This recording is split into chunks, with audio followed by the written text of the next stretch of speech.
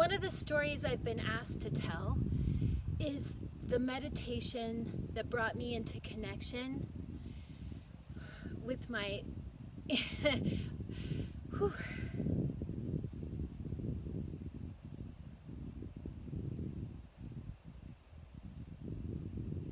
One of the stories that I've been asked to tell is the story about how I got reacquainted with my younger selves, 6 and 17, and how that process has affected me over time. So a few months ago, I'm doing this work with Dr. Russ Kennedy, anxiety group that he was hosting. And we're talking about getting in touch with our inner children. And I had gone through this period of time where I was so dissociated from my own body and my own experience that how I was describing it is it's as if I'm seeing the world through a dusty window, and one that has that silty, weird stuff that gets in between. It's like I just couldn't see. It was like a double-paned, double vision through a dirty window. 2 dirty windows was how I was experiencing life, and it was horrible. I could not hardly feel my feet under the ground, and I was working it to like reconnect with myself. Now, Dr. Russ had made this suggestion about getting in touch with our inner child. And I was having a particularly bad day. I went into the hills. Nature always helps me out. And I went to the top of this hill. Now, some of you might not actually have this opportunity to go outside into nature. Many of you won't even feel comfortable in this kind of setting. This is where I felt safe. So all you need is a place where you feel safe. But I'm describing my experience, and my experience happened to be on top of this mountain, and I was surrounded by, what's the flower? Shooting stars, which is a magenta flower with a gold center, and it's my favorite flower. So I'm surrounded by these flowers, and I'm just called to sit down. I sit on the ground, and almost as soon as I touch the ground with my butt, tears just start to flow, because I'm so grateful to be here. I'm so glad that I gave myself the space and permission to rest in the middle of the day. And I wasn't getting anything done with my day anyway because I was so freaked out by everything.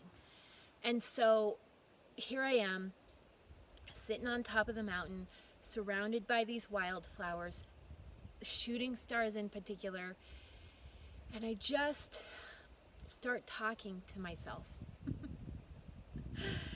And over the past few months, I've talked to myself a lot. I used to talk to myself more when I was younger, but it was more like what would be considered ruminating, or like I'm telling people off, and I might be talking out loud, and I feel like something is happening. It's cathartic in a way. At least I'm getting it out. At least I know what's really on my mind. I'm not hiding it. And I actually agree with that. I still agree with that. I think if you haven't found within you the ability to express your anger, that this is a really good way to do it. Just talk it out loud. And if that means going off in your car and screaming it out, I'm telling you, throw a temper tantrum. I don't know why I'm going off on this tangent, because I think it's important. I think it's important for you to have permission to throw a temper tantrum, because that's what you want to do anyway. It is overwhelming and frustrating, this life at times. People are asking a lot of you. You're asking a lot of yourself.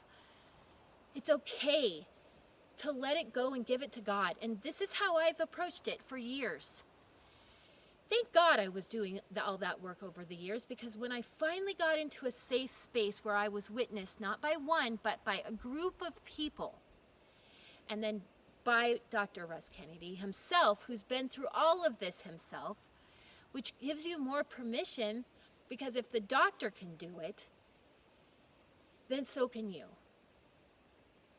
So you have permission to throw a temper tantrum. And it's not going to hurt anybody. Give it to God. Give it to Source, which is greater than you. Because you got to tell somebody. And sometimes the thoughts inside our heads and the inside of our body is so big, we can't handle it alone. We can't contain it alone. So, I wasn't there that day. But I had been. And I want you to know that it's okay to do that. And then you want to reel yourself around, right? And come back to yourself, come back to center. But if you're really having a hard time, maybe you need to get in touch with your inner children. I'm looking at the sun going down now.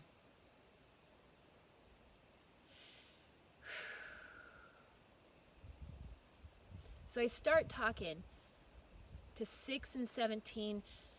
These are the ages that I feel like six was my most beautiful genius part. She was so filled with compassion. She saw the suffering and the struggle of the adults around her, and she didn't judge them.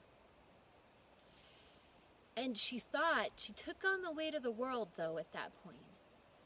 That she was some kind of savior. If she could keep her cool under all the circumstances, that somehow all of them would be okay. All of them would find their way back to themselves. And this was the beginning of distancing herself, from me. And at some point, as much as I loved her, I think I left her behind. So I had to bring her back. I had to call her back to me. And that's what I did. I talked to her. And I told her how proud I was of her. And how strong I know that she is and she was.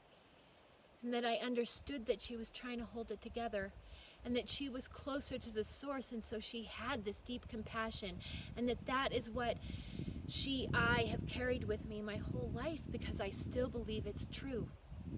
And then I talked to 17, who was brilliant and full of piss and vinegar and gonna take the world by the horns. She was a rabble-rouser. She talked back. She spoke up. She carried this. I carried that aspect of me into my adulthood, my young adulthood, for years. And then my mom died from cancer. And I didn't, she didn't, we didn't, I didn't know how much that really did affect me. And I didn't know how much the circumstances around that were traumatizing. On top of the trauma I had already experienced in many aspects of it as a small child. I didn't know how it was affecting me. I just knew that I got more detached from the world.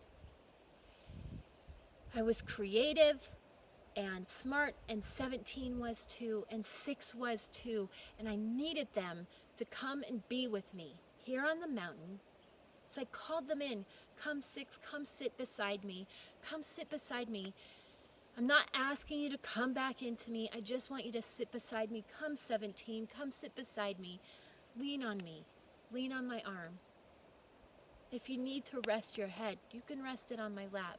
I'm here for you. I'm here for you.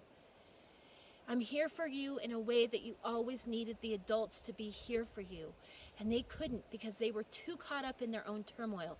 That story about the elk, that's just what happens when people don't deal with their shit. When we don't deal with our stuff, when we don't deal with the traumas of our past, we pass it on. And we're not able to be present with the people that we love.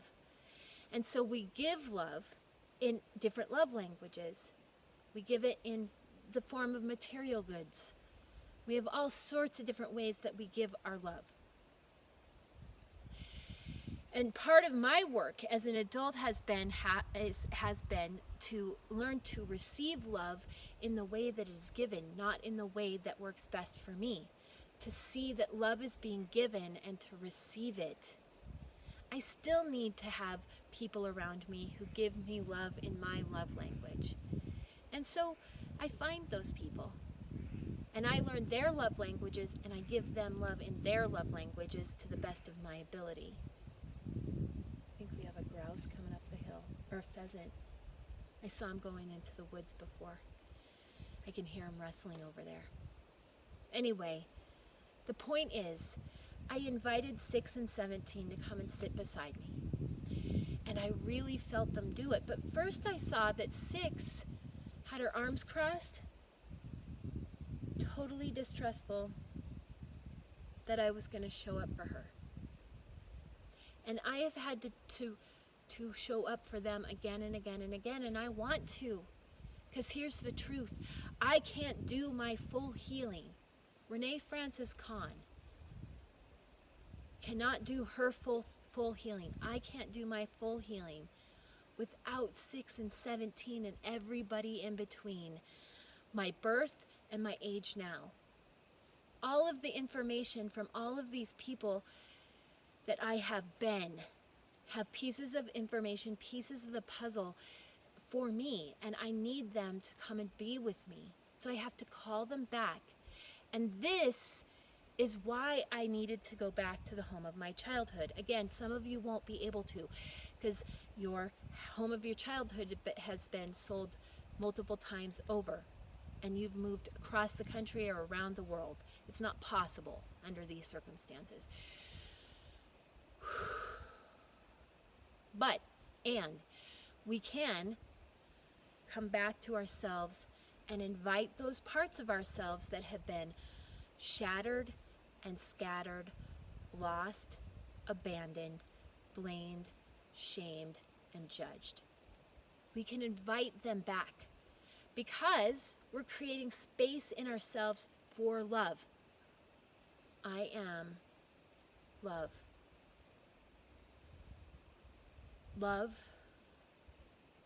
Love is I am my name. This is the practice. Coming home to ourselves, coming home to our own heart, coming home to our own body. Whether you're sitting on top of a hill surrounded by wildflowers, or you're sitting in your apartment in the middle of your living room floor, you can do this work of inviting the lost parts of yourself, the shattered, the scattered, the abandoned, the judged, the abandoned, the blamed, the shamed parts of yourself. You can invite them back to you so that they can be healed and integrated, so that that information can be healed and integrated, and that you can walk forth in your life whole.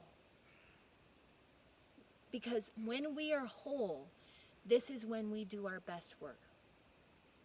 When we're present with ourselves, we can be more present with others. When we are more present with others, we can heal the world. We really can.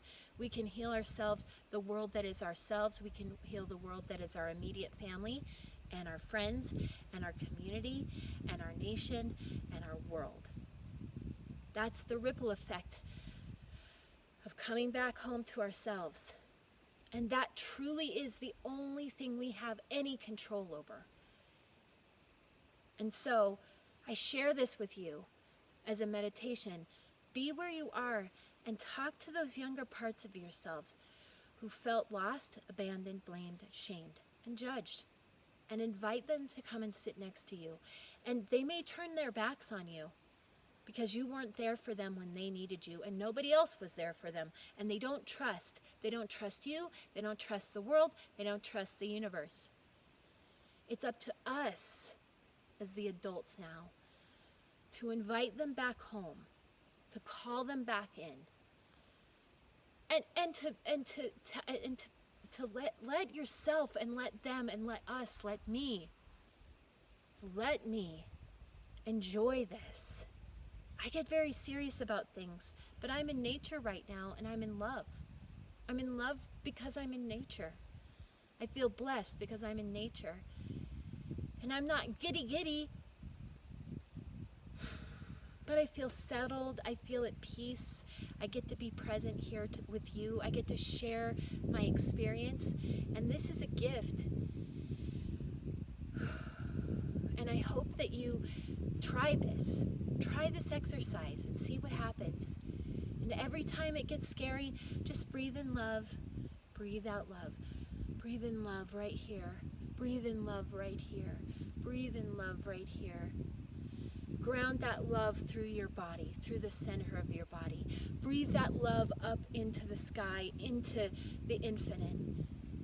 Give that love back to Creator, and then bring that love back through your body, through and into the earth. Root it down. And from this place, we have strength and courage and honor and respect for ourselves and for those around us and their own experience. So, thank you so much for being with me. I hope that you find this exercise, this process helpful. Let me know if you find it. Let me know how it worked out for you. Play around with it. I'd love your feedback. Share with me what this process is, how it feels to you. I look forward to hearing more about your story, and until we meet again, enjoy the adventure. We'll be in touch soon.